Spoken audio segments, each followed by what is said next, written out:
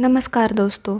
आज हम आपके लिए एक ऐसी स्टोरी लेकर आए हैं जो इतिहास के यादगार घटनाओं में से एक है।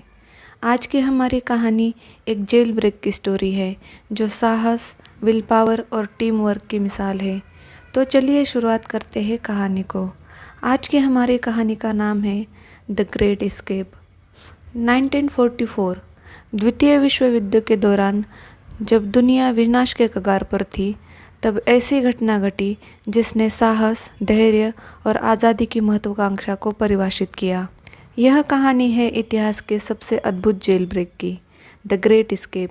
यह घटना नाजी जर्मन की स्टालिगलूफ 3 जेल कैंप में हुई, जहां कैद किए गए थे मित्र देश के 200 से ज़्यादा सैनिक। उनका लक्ष्य था आज़ादी। क्या वे सफल हुए या उनकी कहानी अधूरी रह गई? आइए जानते हैं इस साहसी प्रयास की पूरी दास्तां। स्टालिगलूफ 3 जेल कैंप, जो कि नाजी जर्मनी के सागन यानी कि आज के जागन, जो पोलैंड में स्थित था। यह कैंप विशेष रूप से मित्र देशों के उन सैनिकों के लिए बनाया गया था जो पहले भी जेल से भाग चुके थे। जर्मन गार्ड्स ने इसे अभेद्य बनाने के लिए खास तकनीकों का इस्तेमाल किया। जमीन में खुदाई रोकने के लिए पूरे कैंप के नीचे मिट्टी में कंकड़ डाले गए थे। चारों तरफ हाई वॉच टावर सशस्त्र गार्ड्स तैनात थे। हर कोने पर कांटेदार बाड़े थी। यहाँ 10,000 से अधिक कैदी रखे गए थे। इनमें ब्रिटिश, अमेरिकी, कनाडाई और अन्य मित्र देशों के सैनिक शामिल थे। इन सैनिकों का एक ही सपना था, आज़ादी। तो चलिए देखते हैं द ग्रेट एस्केप की शुरुआत कैसे हुई। 1943 में British RAF officer Roger bushel ने एक साहसी योजना बनाई। उनका लक्ष्य था 200 से अधिक कैदियों को नाजी कैंप से बाहर निकालना। इसे कोड नेम दिया गया द ग्रेट एस्केप। इस योजना के 3 उद्देश्य थे। सबसे पहला, नाजी सेना का ध्यान भटकाना। दूसरा, दुश्मन के संसाधनों को बर्बाद करना। और तीसरा, भागने वाले सैनिकों को युद्ध में वापस लाना। कैदियों ने 3 सुरंगों की योजना बनाई, जिसे नाम दिए गए टॉम, डिक और हैरी।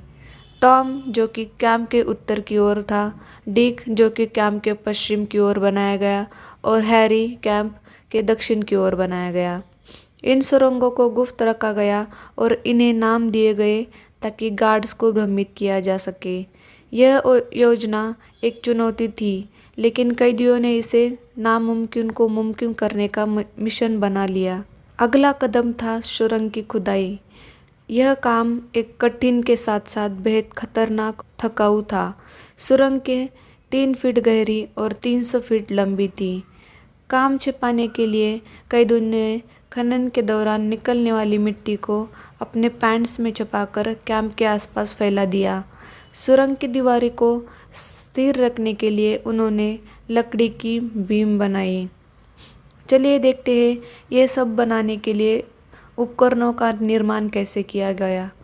जेल के किचन से चुराई गई चम्मच, छुरी और कांटों का इस्तेमाल किया गया। एक प्रोपेलर फैन और तेल के लैंप बनाए गए ताकि खुदाई के दौरान रोशनी और हवा मिल सके। चलिए देखते हैं इन लोगों ने कैसे छुपाया गया ये सारा काम। गार्ड्स को गुमराह करने के लिए कैदियों ने गाना गाना और शोर मचाया। वर्कशॉप, किचन और अन्य जगहों को छुपाने के लिए इस्तेमाल किया गया। सुरंग को जंगल तक ले जाने की योजना बनाई गई थी ताकि बाहर निकलते ही गार्ड्स को पकड़ने में दिक्कत हो।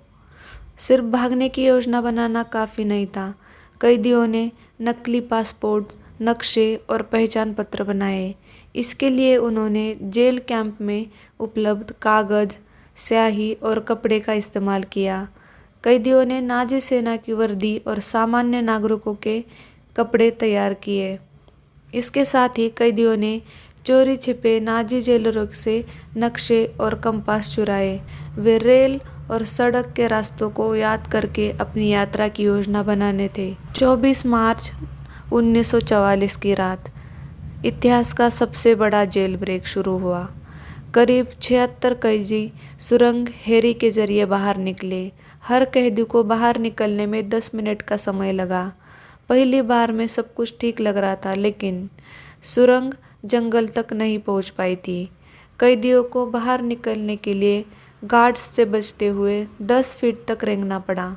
कुछ कैदियों ने रेल से यात्रा की, जबकि कुछ पैदल ही भाग निकले। लेकिन हर कैदी के सामने चुनौती थी नाजी सेना का पीछा। जैसे ही नाजी गार्ड्स को जेल ब्रेक का पता चला, पूरे क्षेत्र में हड़कंप मच गया। जर्मन सेना के सैकड़ों सैनिकों को कैदियों की तलाश में तैनात किया। ट्रेनों, बसों और सड़कों पर कड़ी निगरानी रखी गई और इसका अंजाम हुआ कि 76 में से 73 कैदियों को पकड़ लिया गया। 50 कैदियों को नाजी सेना ने मार डाला, जो जर्मन युद्ध अपराध का हिस्सा बन गए। केवल 3 कैदी सफलतापूर्वक भागने में सफल हुए। चलिए देखते हैं कि आखिर ये 3 कैदी भागने में सफल कैसे हुए। जेल से बाहर निकलने के बाद तीनों तेजी से जंगल में चले गए। जंगल में उन्होंने कुछ समय छिपकर बिताया और गार्ड्स से बचते रहे। पेस बर्गसलैंड और जॉर्ज वोल्स ने पास की ट्रेन पकड़ने की योजना बनाई। ब्रैम वैन डेर स्टोक ने पैदल यात्रा करके दक्षिण की ओर बढ़ने का निर्णय लिया। तीनों ने जर्मन नागरिकों की तरह व्यवहार किया।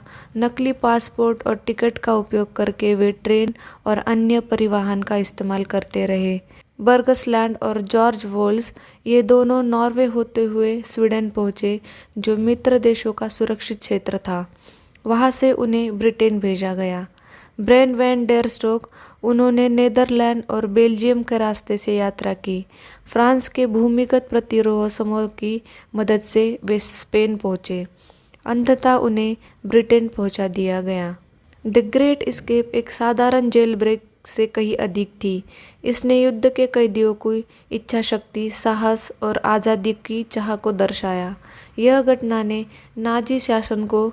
घटना ने नाजी शासन की क्रूरता और मित्र देशों के सैनिकों के धैर्य को उजागर किया। 1963 में इस घटना पर आधारित एक फिल्म बनी, द ग्रेट एस्केप, जिसने इसे अमर बना दिया। आज भी स्टालगलूफ 3 कैंप का स्मारक उन बहादुर कैदियों को श्रद्धांजलि देता है जिन्होंने अपनी जान देकर स्वतंत्रता का सपना देखा। द ग्रेट एस्केप की यह कहानी हमें सिखाती है कि इंसानी इच्छा शक्ति किसी भी बाधा को पार कर सकती है।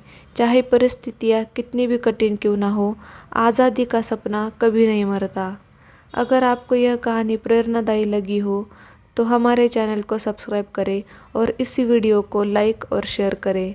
हम ऐसे भी रोमांचक कहानियाँ लेकर आएंगे। धन्यवाद।